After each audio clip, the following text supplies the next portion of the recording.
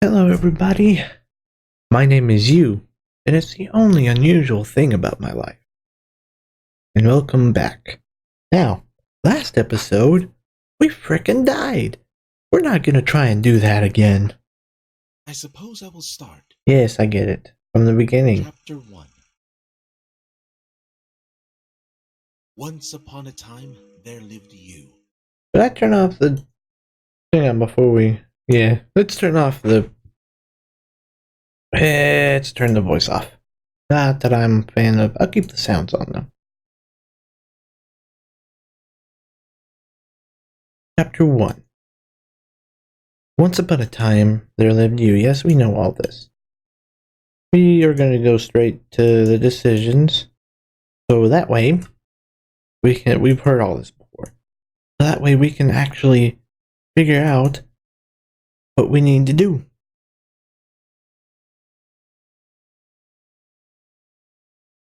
Let's go.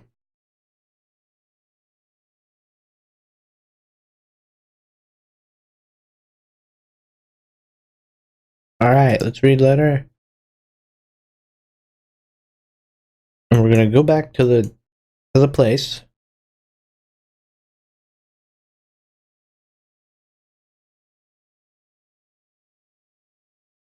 Or the cafe. And this time,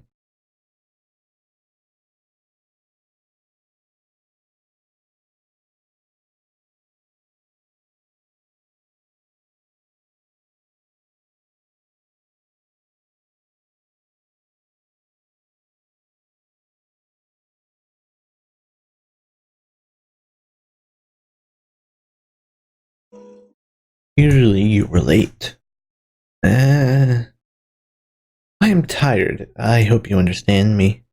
He did not. Having overcome his anxiety, he squeezed out a handful of words. Agree with the party. He seemed to be ready for such an act, and did not hold a grudge against her. I wouldn't hold a grudge against her anyway. Nodding goodbye to her, Yu hurried to work. He was almost there when he saw his boss enter the office building. He took it as a personal failure. Jesus. Though his watch showed that he still had several minutes.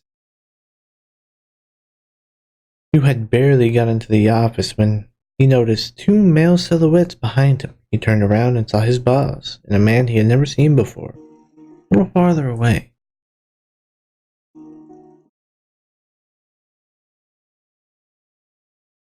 To avoid unnecessary explanation, Yu took a badge from his table and pointed to it. Yes, beside the fact that there was no live communication with clients, the work charter required wear a name tag, probably to remember your name. It's you, Frank. Wow, that's a very unusual name. Nice to meet you, Yu. It is the only unusual detail of my life. An awkward pause hung in the air. The boss, standing behind Frank, frowned, cast a reproachful glance at Yu. Frank is our security guard starting today. Who? We have nothing to... Security guard. Some of my important documents are missing. Oh, the plot thickens. There are only two of us. What kind of documents? That. Not tell you. You mean you suspect me? No, I do not. Eliminating any opportunity to continue the conversation, the boss turned around and went into his office. The room plunged into silence. You got down to some clerical work. Yu was sitting at his sturdy desk, imagining again and again how the shelves stocked with books and your jurisprudence would break loose due to their own weight from friable concrete. and break his head. Allowing himself a break, Hugh took his diary from his table drawer, made a note. I never took a plate of soup at school lunches, even when I really wanted to. I was afraid to spill it in front of everyone before I could put it on the table, which seems to be my lifespan. Feeling some satisfaction from writing that, he resumed work. There was a resulting of the janitor's broom and a trill of birds outside the window, more accurate than the clock. Chapter... We made it to chapter 2, guys. Awesome. Alright. Here's what I'm gonna do. For this one, wait. But, yes, it will. I'm gonna turn the voice back on. Because to be honest, my voice is starting to hurt from reading these. So, let's continue. Chapter 2. On the second day of work, every sip of coffee came out of his nose as blood. My boy! You need a hospital, my man. Of course, you've already been diagnosed, and it's uncurable, and this is sad. Covering his nose with his hand, Hugh went to the restroom. Alright. You... Was that a cough? I guess that counts. Excuse me. I wish I could narrate a little faster and keep you from getting bored, but it is difficult in my condition. I'm sorry? I did not mean to insult you in any way. I promise. Let's continue. Wait. Are you the narrator? You? Returning to his workplace, Hugh saw Frank sitting at his table and leafing through his personal diary. Such violation of personal boundaries, it seemed, was about to put Hugh out of temper. Well, oh, so Frank was digging through my diary. Snatch it back. Let's not just be a complete asshole, even though he is snooping through my stuff. Ass. Give it to me. Here, take it. I was curious. Well, that's still rude, man. In a moment, Hugh hid his diary in the drawer of his desk. I am sorry if I offended you. The incident seemed to be over, but Frank's intrusive nature got the better of him. Yeah. Can I ask you a question? Oh, god damn it. Why does everyone in your notes die? What?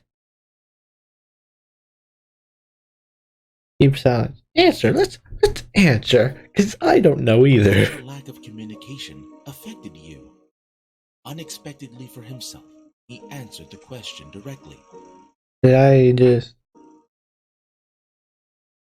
I'm not sure, but it seems to me that the desire to kill a self-protagonist in the text takes root in the desire to alienate the described situations from the real self. Oh. Okay. I'm sorry, you. You said it as if he had prepared an answer to this question a long time ago, or at least he had thought about it before. Yeah. Yeah. Silence set in. Frank was embarrassed by his answer and tried to look understanding. Well, more likely that it is just easier to kill. wait a minute, Frank. Wait a minute, you. Hang on just a minute. The office phone rang. Yeah, thank God. Let's break this up. This is getting weird. Violent, even. Answer the call. Let's answer the call. As soon as you came up to the phone, the ringing stopped. I guess that was a dead end. He barely returned to his desk when the phone rang again. Oh god, really? Answer. Let's answer again. As soon as you came up to the phone, the ringing stopped.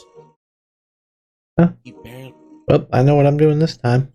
Screw off. I've got my own things to do. The ringing bored into his skull. You was buzzing together with the receiver. I was? You involuntarily took off, but his head started spinning, and he was seeing dark spots. Oh no. Holding onto the railing, you slid down the stairs and jumped out onto the street.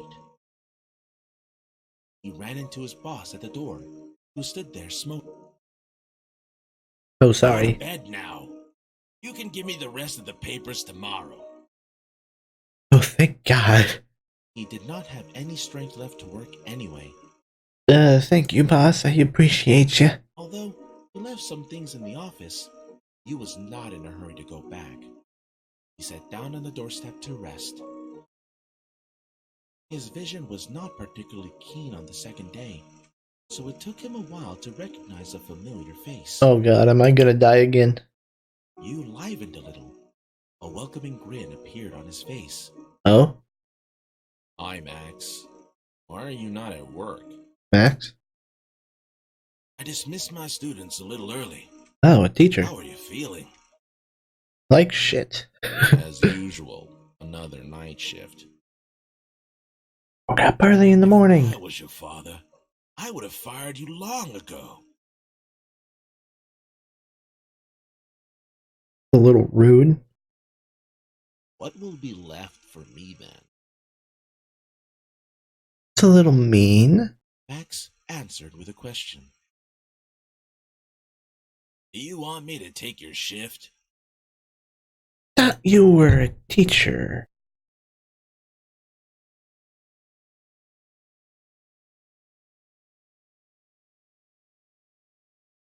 No, thank you.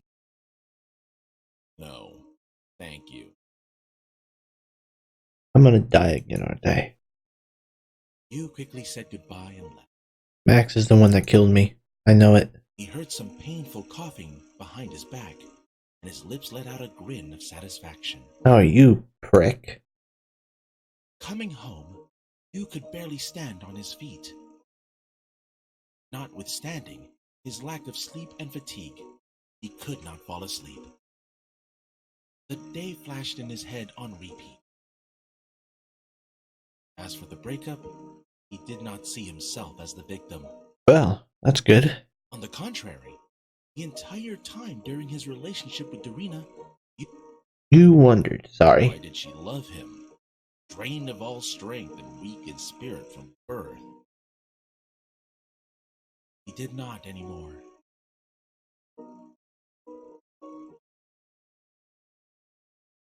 Max seems like an Dizziness asshole. and pain subsided. Still don't know what these are. At some point, he even thought about calling a doctor, just to make sure that he was still alive. You But need a took hospital. its toll. Chapter 3. Well, we made it to chapter 3. So here's what I'm gonna do. I'm gonna cut this episode here, and we will continue on in the next episode. Goodbye, and remember, sleeping takes its toll.